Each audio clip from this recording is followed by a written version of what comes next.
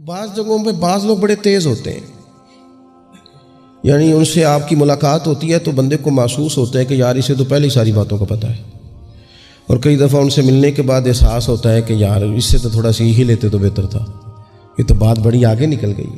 سارا پتہ ہوتا ہے، باشعور ہوتے ہیں، لیکن ڈر آتا ہے اللہ سے۔ اتنا باشعور آدمی، سمجھدار، پنچایت، پریا، لوگ، دین، دنیا سارا پتہ ہے، نماز کا ٹائم آ گیا تو وہ چھپتا پھرتا ہے، اس کی طبیعت پر بوجھ بن رہا ہے معاذ اللہ اللہ کے حضور حاضر ہونا، اسے خیر کا کام کرنا پڑ رہا ہے تو وہ ادھر ادھر نکلتا جا رہا ہے۔ تو سوال یہ ہے کہ پھر یہ شعور کا کیا مطلب رکھا ہوا ہے ہم نے؟ پھر اللہ سے دعا کرنے کی ضرورت نہیں۔ وہ حضرت عارف رومی رحمۃ اللہ تعالی علیہ فرمایا کرتے تھے بعض لوگوں کو رب سارا کچھ دیتا ہے، سجدے کی توفیق نہیں دیتا۔ اس کا مطلب یہ ہے کہ وہ کہتا ہے یہ سارا کچھ لے اور نکل جا، میرے گھر نہ آنا، رکھ سارا کچھ پاس۔ رب سے عافیت مانگی جائے، اس سے اس کا فضل مانگا جائے، اس سے اس کا کرم مانگا جائے۔ اللہ کے پیارے رسول صلی اللہ تعالی علیہ وآلہ وسلم اس عافیت مانگنے پر زور دیتے، توجہ دیتے۔ میں آپ کو صحیح بتاتا ہوں،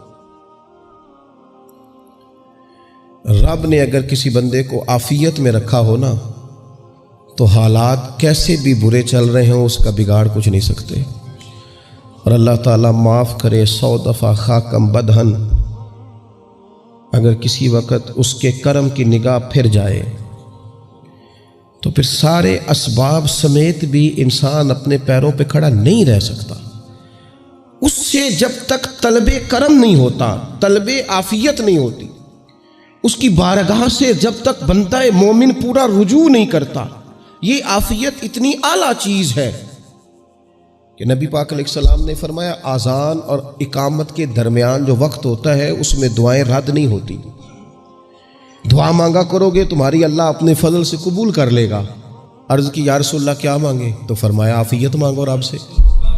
حضرت انس بن مالک حدیث کے راوی ہیں رضی اللہ تعالیٰ عنہ، یہاں بھی فرمایا یہ عین قبولیت کا ٹائم ہے، اب اللہ سے عافیت مانگ لو، اس کی پناہ۔ ہم دعاؤں میں بھی محدود ہو جاتے ہیں۔ رب دا طالب کوئی نہ ملیا، جو ملیا طالب زردہ ہو۔ جب عافیت، ایک بزرگ تھے ہر وقت اللہ سے عافیت مانگتے تھے، ہر وقت اللہ سے عافیت مانگتے تھے، ہر وقت عافیت مانگتے تھے۔ لوگوں نے پوچھا، لوگ ان کو صالح جانتے تھے، نیک سمجھتے تھے کہ حضور آپ اور کوئی دعا مانگتے نہیں، عافیت ہی مانگتے ہیں۔ فرمانے لگے میں مانگا کرتا تھا شروع میں، بعد میں خیال آیا ہے اور بھی دعائیں مانگا کرتا تھا، یہ احساس بعد میں نصیب ہوا۔ فرماتے میں مزدوری کرتا تھا، مال برداری کرتا تھا، ایک جگہ پہ ڈیوٹی کر رہا تھا تو تھک گیا، اور وہ جو کام لینے والے لوگ تھے ان کا رویہ بھی بڑا ترش تھا، تکلیف ہوئی۔ تو میں نے اپنے مالک کی بارگاہ میں عرض کی مالک اگر 2 روٹی بغیر مجھے مشقت کے مل جائے دن میں تو تیری بارگاہ تو بڑی کریم ہے۔ کہتے ہو میں نے یہ دعا مانگ لی، ذرا میں تھوڑا آگے بڑھا تو 2 بندے آپس میں لڑ رہے تھے، میں ان کی صلح کرانے کے لیے، انہیں بچانے کے لیے آگے بڑھا، تو میں جس کو چھڑا رہا تھا دوسرے نے میرے اوپر ضرب لگا دی، میرا بھی سر پھٹ گیا۔ تھوڑی دیر کے بعد وہاں پولیس آ گئی، وہ تینوں کو لڑنے والا سمجھ کے اٹھا کے لے گئے، مجھے جیل ہو گئی۔ 2 روٹیاں بغیر مشقت کے روز ملنی شروع ہو گئی۔ دعا مانگی تھی نا کہ یا اللہ 2 روٹیاں مل جائے نا بغیر مشقت کے، کہتے وہ 2 روٹیاں روز ملتی، کوئی کام نہیں کرنا پڑتا تھا، پر جیل ہو گئی۔ فرماتے میں بڑا پریشان تھا، روز روٹیاں پابندی سے آتی اور بہترین آتی، کھانا ملتا۔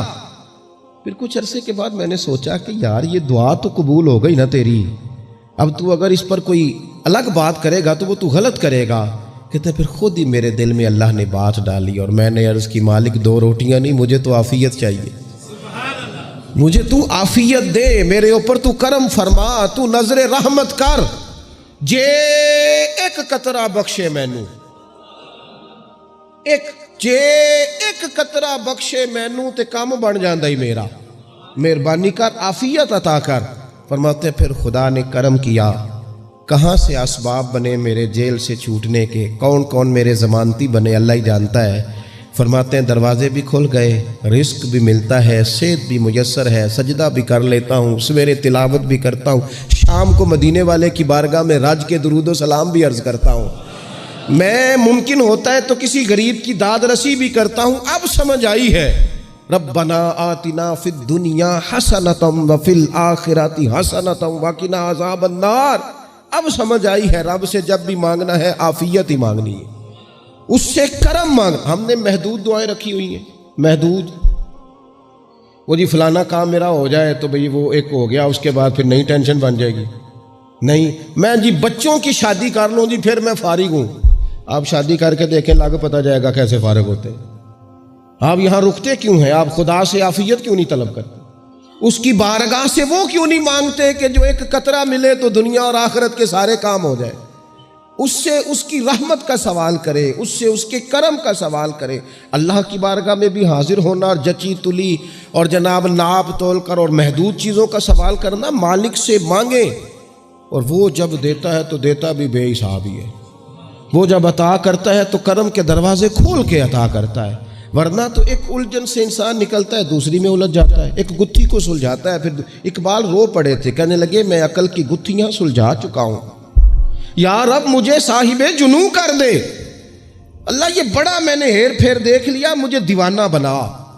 اب مجھے جنون ہو, اب میں کسی کے لیے رویا کروں, اب میں کسی کی یاد میں تڑپا کروں, اب میں رات کسی کے لیے میری آنکھیں بیدار رہیں. یہ بڑی ہو گئی دنیا داری. عقل کی گتھی حالانکہ نہیں سلجھتی, پر اقبال کہتے ہیں عقل کی گتھیاں سلجھا چکا ہوں, یا رب مجھے صاحب جنوں کر دے. اور پھر کہنے لگے بجھی عشق کی آگ اندھیر ہے, اب یہ مسلمان نہیں یہ خاک کا ڈھیر ہے. تو مٹی بن کے رہ گیا کیا؟ کہاں اپنی ساری توجہات کا قبلہ کس چیز کو؟ میرے عزیزو, اللہ سے عافیت. نبی پاک علیہ الصلوۃ والسلام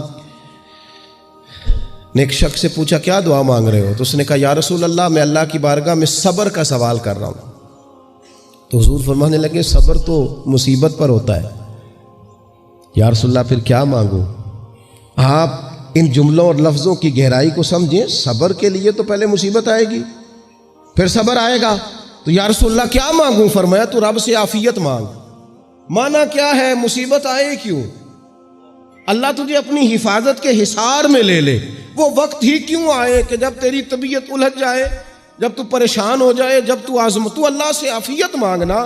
جب تو عافیت مانگے گا تو اگر کبھی مشکل آئے گی بھی نا تو خدا پھر اپنے فضل سے مشکل سے نکلنے میں رستہ بھی بڑی جلدی عطا فرمائے گا اور تیرے اوپر فضل فرمائے گا. اگر عافیت, ہارون رشید نا اپنے محل کی چھت پہ ٹہل رہا تھا سب سے اوپر والے چوارے پر, نیچے سے حضرت بہلول دانا گزر رہے تھے, اوپر اس کے ساتھ سپاہی بھی تھے, گن مین بھی تھے. اس نے کہا یہ بابا تو ذرا اوپر اٹھاؤ.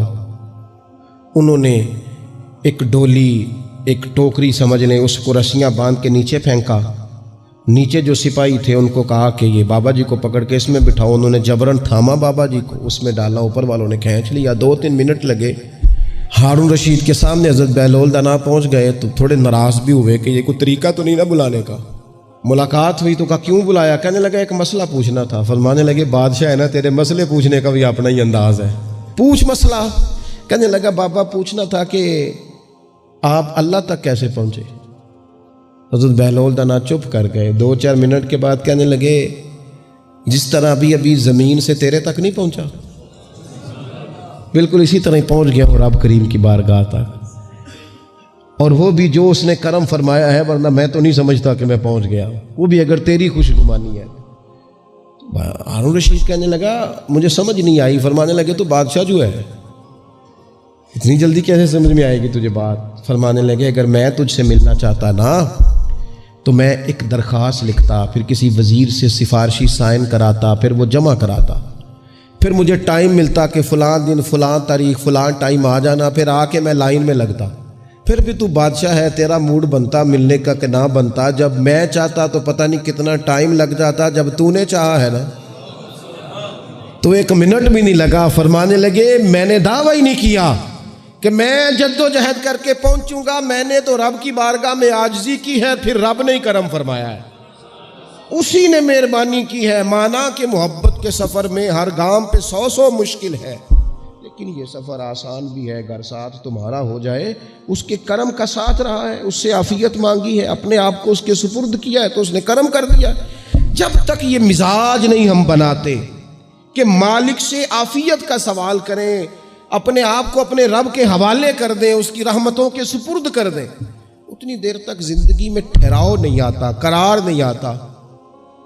مشکات میں موجود ہے، اللہ کے پیارے رسول صلی اللہ تعالیٰ علیہ وسلم تیمارداری کے لیے گئے تو صحابہ کرام فرماتے ہیں وہ بندہ نا اتنا پتلا نحیف اور لاغر ہو گیا تھا جس طرح چڑیا کا بچہ ہوتا ہے، کمزوری ضعف طاری تھا۔